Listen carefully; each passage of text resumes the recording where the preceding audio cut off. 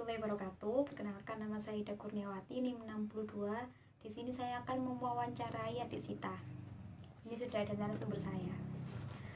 Langsung saja, mungkin adik Sita mau memperkenalkan diri terlebih dahulu. Assalamualaikum warahmatullahi wabarakatuh. Perkenalkan, nama saya Nurul Aisyah Masita sebagai narasumber.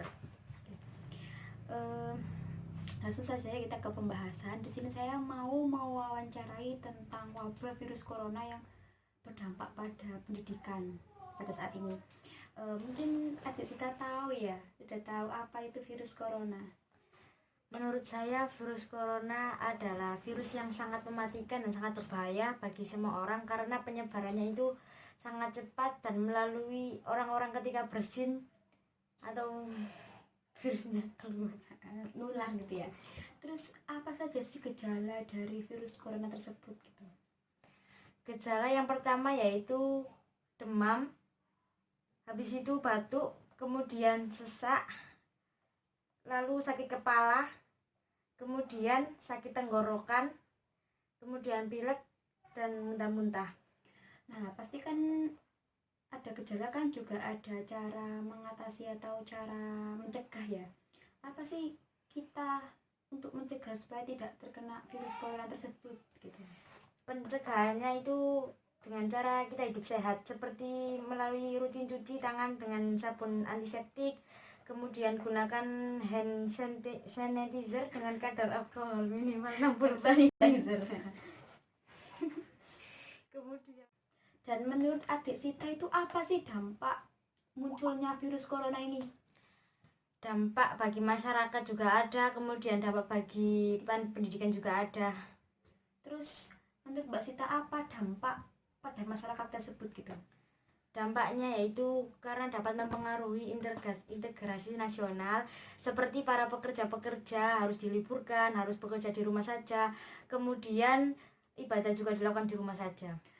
Terus kalau dampak bagi pendidikan sendiri menurut adik Sita itu gimana? Dampaknya belajar di rumah karena tidak tatap-tatapan langsung dengan guru, dan itu sangat sulit bagi saya karena tidak begitu dimengerti ketika di media online. Oke, berarti sekarang itu belajar di rumah biasanya disebut dengan belajar online ya? Ya. Nah, sampean kan masih sekolah sekarang dan menjalani belajar di rumah atau belajar online, pasti ada saja kendala.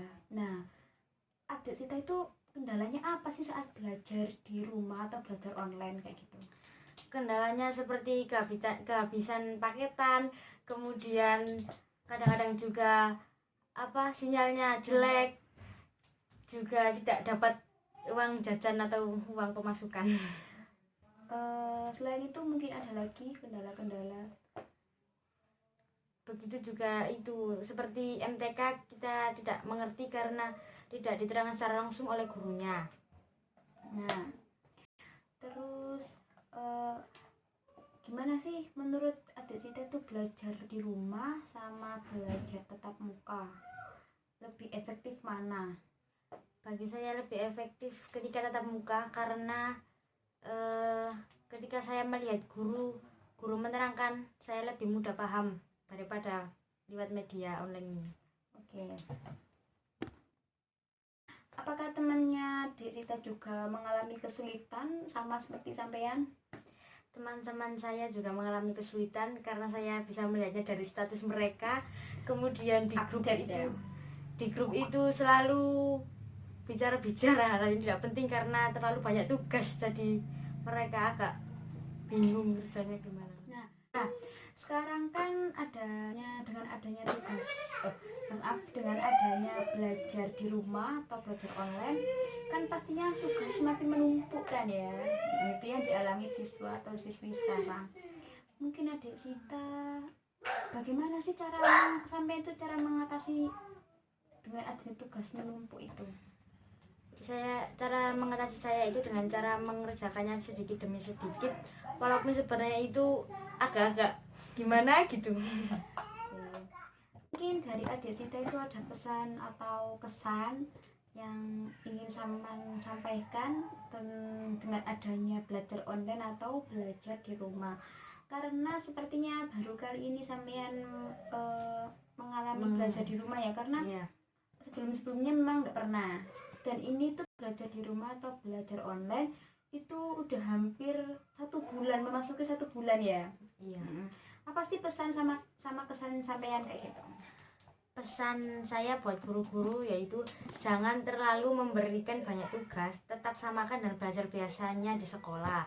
Karena Bu Guru atau Pak Guru jangan pikir bahwa kita di rumah hanya rebahan saja. Kita di rumah juga beribadah, kita di rumah juga membantu orang tua. Banyak kegiatan lain ya. Iya. Jadi intinya itu tetap menyamakan belajar online itu dengan belajar tatap muka, karena memang kan itu sebagai penggantinya ya Mbak ya. Iya. Kesannya apa sih kesannya? Perasaan sampean dengan adanya belajar online. Kesan itu. Nah itu tadi kan pesannya sampean pada gurunya ya, yang terlalu banyak memberikan tugas. Mungkin sekarang kesannya sampean itu apa? Kesan saya mau gimana lagi? Mau mau bingung. Nah itu kan tadi pesannya sampean ya. Mungkin sekarang ada kesannya sampean yang ingin disampaikan gitu. Mau gimana lagi, kita harus tetap melaksanakan tugas dari guru karena itu buat tambah nilai kita. Kalau nggak mengerjakan nggak dapat nilai gitu ya. Iya. Terima kasih ya narasumber saya. Mungkin itu saja yang dapat saya mewawancarai di sitanya. Terima kasih. Wassalamualaikum warahmatullahi wabarakatuh. Waalaikumsalam warahmatullahi wabarakatuh. Sebelum wawancara ini saya akhiri kepada narasumber saya, mungkin sampean ada apa ya?